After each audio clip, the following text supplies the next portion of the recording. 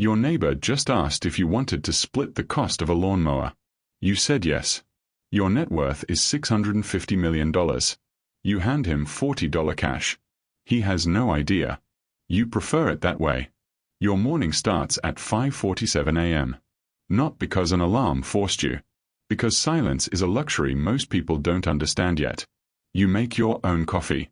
Not from some $4,000 machine. A $19 drip maker from Target. Same one you've had for 11 years. You drive a 2016 Honda Accord. Gray. Nothing about it says anything. That's the point. You pull into a parking lot of a building with no logo on the door. Inside, a team of 12 people quietly moves $650 million across markets, real estate, and private funds. They call you by your first name. Nobody outside this room knows what happens in here. You've spent 20 years making sure of that. Here's what's strange. You didn't start this way. You grew up in a house where the heat got shut off twice. You remember your mother counting change on the kitchen table. Not dramatically. Just quietly. Like it was normal. Maybe it was. You didn't cry about it. You watched it. You watched everything. You watched which neighbors drove new cars and which ones owned the house those neighbors rented from. You were 11. You already understood something most adults never figure out. Wealth makes noise only when it's insecure. Real money is quiet. You filed that away. Years later, when your first real check arrived, $2.3 million from selling a small logistics company you'd built over 7 years, you told nobody. Not your friends. Not your family. You didn't buy anything. You sat with it. For 3 weeks, you just sat with it. Then you made a decision that changed everything. You disappeared. Not literally, but financially. You restructured everything under holding companies with names that meant nothing. Shell layers. Legal walls. Not for tax evasion.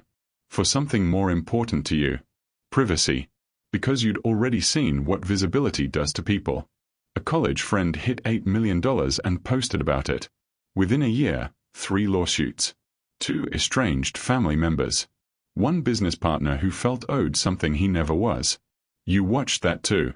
You learn by watching. So you vanished into plain sight. And you started building. This is where it gets interesting. You didn't chase the next big exit. You got boring on purpose. While everyone around you was launching startups and pitching VCs and posting on LinkedIn about disruption, you were buying a small laundromat. Then a storage facility. Then a parking lot in a mid-sized city nobody was paying attention to. Boring. Invisible. Bleeding cash while you slept.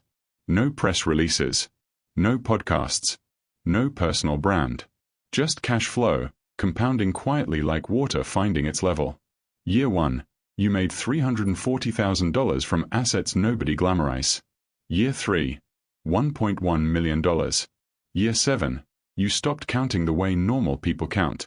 You started thinking in decades. That's when the number started getting uncomfortable. Here's what nobody tells you about having real money. It starts making decisions for you. You don't chase opportunities anymore. They find you. And that's actually the most dangerous part. Because now you have to learn a completely different skill. Saying no. An old contact calls. He wants you in on a deal. Ground floor. Can't miss. You've heard that before. You say no. A family member needs $200,000. You know it won't fix what they think it'll fix. You say no. It costs you a relationship. You sit with that too. This is the part the highlight reels skip. Wealth at this level isn't a reward. It's a filter. It shows you exactly who people are when they find out. Which is why most people never find out. You think the hardest part is keeping the secret. It's not. The hardest part is watching people struggle around you and knowing the line between helping and enabling is razor thin. Your sister works 2 jobs. You see it in her face every time she visits. You've helped her. Quietly. Anonymously routed through a trust. She doesn't know it was you. She thinks she got a grant. You let her believe that. Because the moment she knows the source, the dynamic shifts. She stops being your sister. She becomes someone who owes you something she never asked to owe. You've protected her from that. She'd probably be furious if she knew. Maybe that's the cost of this life. Loving people from a distance they don't know exists. If you've made it this far, subscribe. Because what happens next is the part that actually keeps you up at night. By year 15, something unexpected happens. The money starts feeling abstract. $650 million is not a number your brain can actually hold. You try sometimes. You sit in your gray Honda in a parking lot and you try to feel it. You can't. It doesn't feel like anything. That scares you more than poverty ever did. Because at least poverty was real. At least the cold in their house when the heat went off meant something. You could feel that. This is just a number on a screen managed by people in a room with no logo on the door. And you start wondering something you never expected to wonder. What was all of this for? You go back to basics. You spend a Tuesday volunteering at the same community center in the neighborhood you grew up in. You don't donate to it publicly. You just show up. A kid there, maybe 12 years old, is watching everything. You recognize him immediately.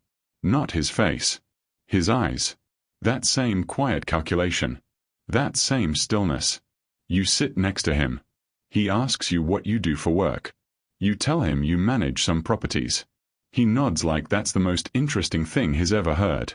You ask him what he notices about the neighborhood. He says, without hesitating, who owns things and who doesn't. You feel something shift in your chest. You don't say anything for a moment. Then you say, keep watching. You drive home in the gray Honda. You make coffee in the $19 drip maker. You sit at a table that cost $180 15 years ago. And somewhere across town, your neighbor is assembling that lawnmower. Half yours. Half his.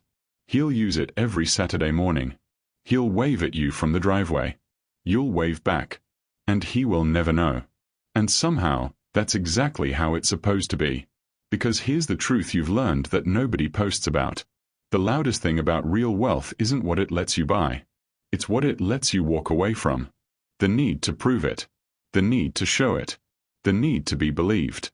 You don't need any of that anymore. And the silence that's left. That's the most expensive thing you own.